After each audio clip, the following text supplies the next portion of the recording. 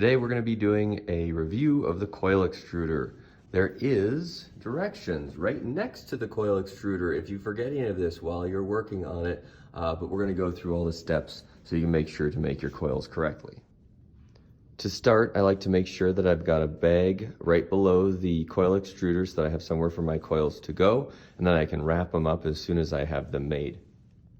You'll need to check underneath the coil extruder to make sure a couple things are ready before you get started here. Number one, most of the time when this is left, these little spots of clay get all dried up from the coil extruder. You're gonna have to clean that out of there before you can get yours going.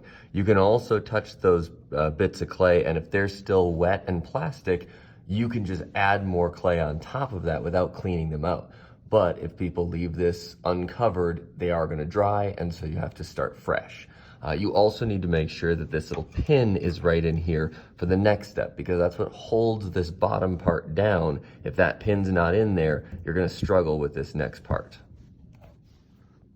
So as you can see, the extruder is pressed all the way down inside here right now. That's why there's no bar sticking out the top of this. So what we're gonna do is back this wheel up and pull that out of there, and that's going to take the extruder up out of our box down at the bottom.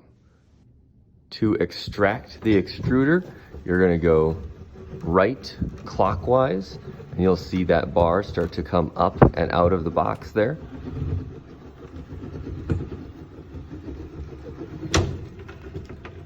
There we go, and eventually you're gonna get to the top and it's gonna sort of release. Then we can take out this box part down here. So the first thing you're gonna have to do is take that little pin out of there. It can be really tough to do that sometimes. Sometimes you kind of have to like pull on this ring, but sometimes you also have to sort of bang on it from the back in order to get this out of here. But that does need to be removed in order for you to do the next step. Okay, once that pin is out of there, the next thing you're gonna do is lift up on this box here. There's a little tray right down here that holds that so that it doesn't fall straight down. You're gonna lift it up just a little bit. You're gonna angle it outward slightly and then drop it down, okay? It doesn't pull out like this. We don't yank on it this way. We lift up, angle it slightly, and then drop it down. Okay, so up, just out a little bit, and then bring it down. Okay, and at the moment, this is entirely empty except for some of that dry clay that's in there. You just gotta clean all of this out. And the way that you do that, you flip it over. This has two pins, a pin on this side and a pin on that side. You'll find this tool, hopefully somewhere near the extruder. This is important, so make sure that this doesn't get lost. We need to keep it over by the extruder. That is gonna take out these pins, and then all these pieces are gonna come apart. Pay attention to how they come apart so you can put it back together again the same way.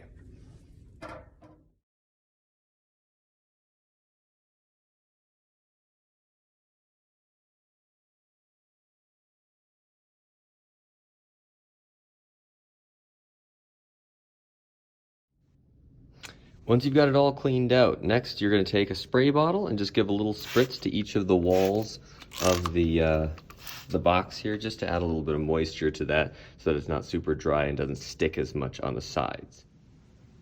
Once you've got all of that prepared, you're going to go into the pugging room right next to the coil extruder to get a bag of clay. Most of the clay is currently in these boxes. You're going to have to open one up and take one of those fresh bags of clay out of there to put into the extruder.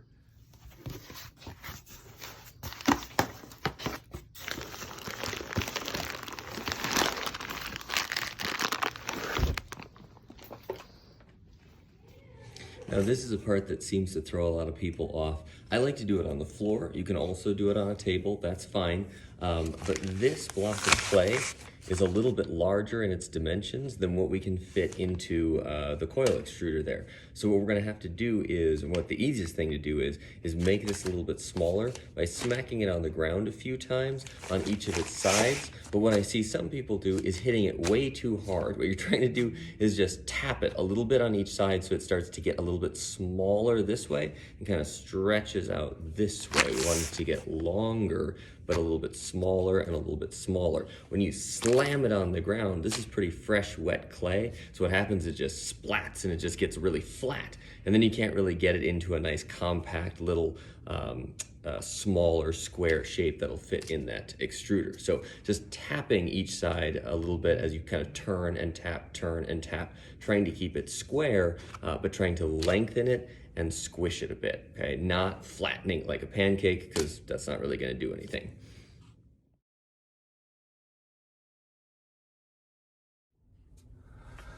Once you believe you have that sufficiently flattened and stretched out that it'll fit in here, then you can take the bag sort of halfway off to then fit it into there. And if a little bit doesn't fit, you'll see it's kind of squeezing out this side. That's okay, you'll just take a little bit of that off. You can even kind of stick it back on top.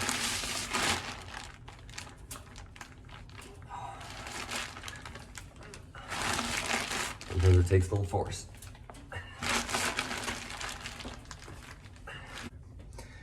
If you can't get an entire bag in there, which usually you can, but if it either just won't go in or it gets stuck or whatever, you can always cut off what won't go in and then use this, and that's fine. Next, you've got to put it back into the extruder, same way that we did before, just the opposite. You're going to lift it up in there. Remember, it is heavy now, so be careful with this. Use 2 people if you need to, but lift it back up in there. You do have to make sure that one of the holes that you see on the back of this plate down here lines up with the hole here so that we can put the pin back in. So there's only 2 ways it can go in. It can go in this way or this way, but it can't go 90 degrees from there. So lift it up in. Push it up into the box, lift it up high enough that it goes over this little lip right here, and slowly let that down to make sure that that lip grabs it, because that's what's holding up all the weight of this box. Then take this pin and put it back in. All right, so with everything put back together, the pin in down here, now we can start extruding those coils out. And again, we went right to pull that plunger out, so now we're gonna go to the left counterclockwise to push it back down. This can actually be really difficult. So if you are a little bit shorter because you're reaching way up above your head here, or you don't have a lot of upper body strength, you might want to grab 2 people. This can be a 2-person job. One person can pull down on this side while another person pushes up on this side, and that makes it a lot easier.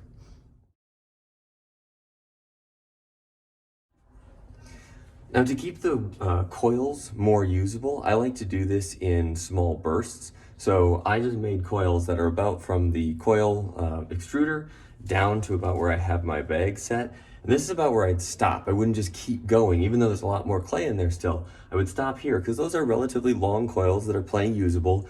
And if you just keep going, they just kind of get all tangled up, and then it's really hard to pull them apart and actually use them. So at this point, I would stop. I would just kind of grab them gently. You don't want to smash them all back together, but I would just kind of gently grab them, pull them off here, kind of like moving a sideways motion to kind of rip them off like that. And then I would gently lay them down into the bag that I have set below my stuff, okay? Then keep going. And then you've got a brand new batch of coils. You can wrap up the bottom of this in a little bit of plastic, a plastic bag there, just to keep this wet clay on the bottom fresh. That way you don't have to clean it out every single time if you're making multiple batches in a day. But if you don't, you're gonna have to do that whole process over again, clean everything out, put new clay in, and make another batch.